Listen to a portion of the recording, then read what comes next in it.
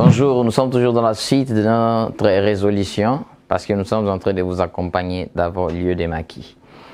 Alors, la 17e question, on dit les facteurs qui jouent un rôle moins important dans l'acquisition de l'habitude est l'apprentissage, l'entraînement,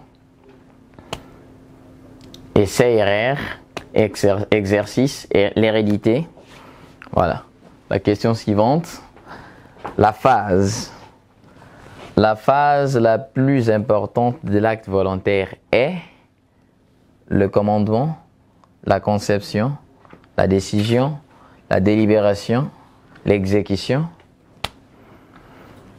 Un aboulique est incapable de concevoir le projet, délibérer l'acte, prendre une décision, réaliser l'acte, c'est représenter l'acte.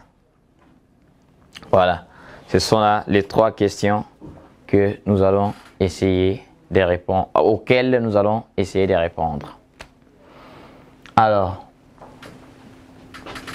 les facteurs qui jouent un rôle moins important dans l'acquisition de l'habitude, c'est-à-dire pour acquérir une habitude, parmi ces facteurs ici,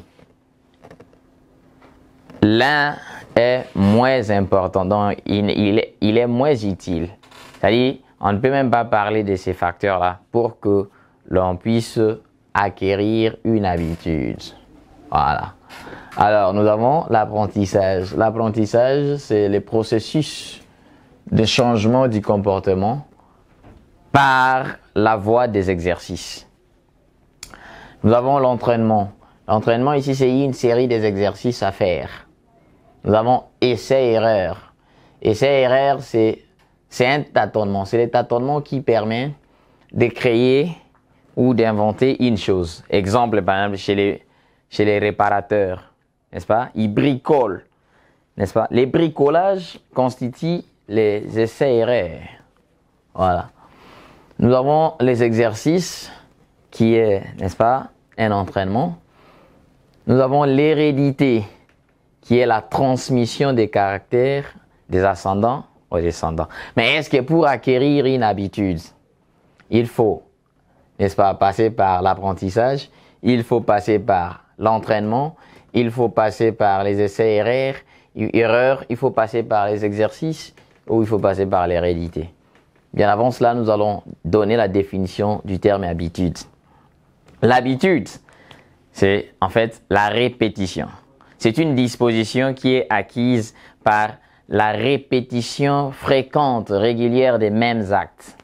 Donc la répétition de mêmes actes constitue l'habitude. Alors, pour répéter les mêmes actes, vous devez passer par effectivement l'apprentissage, oui. Nous avons l'entraînement, oui. Nous avons les essais-erreurs, effectivement. Nous avons également les exercices, oui. Mais vous ne devez pas passer par l'hérédité.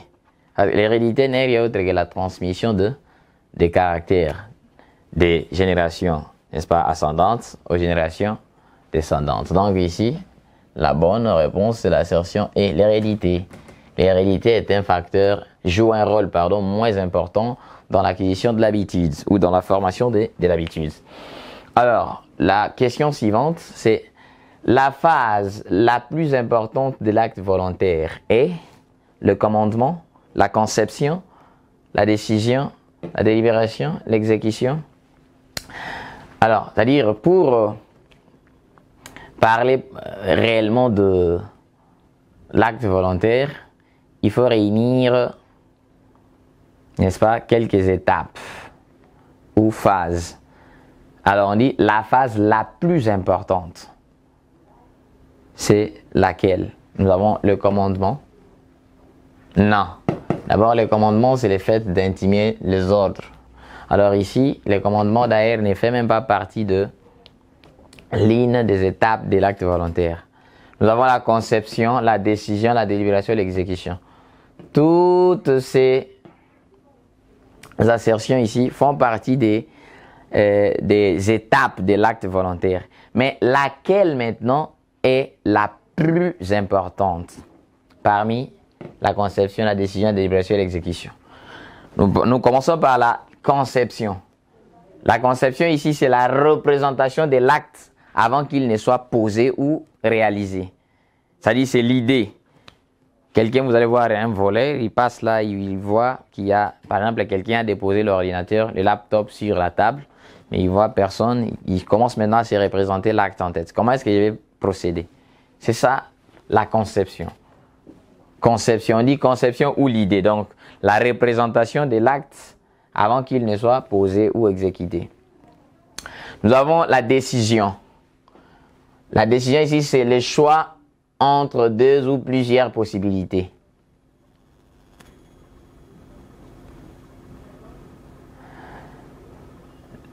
Ensuite, la délibération. C'est le fait de peser les pour et les contre du problème. Alors, nous avons l'exécution. C'est la mise en action de la décision prise. Voilà, c'est aussi le fait de passer à l'acte.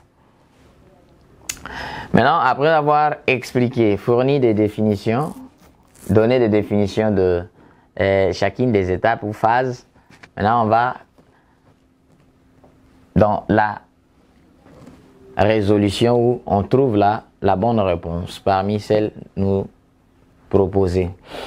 Alors, nous avons la conception. Les commandements d'abord tombent.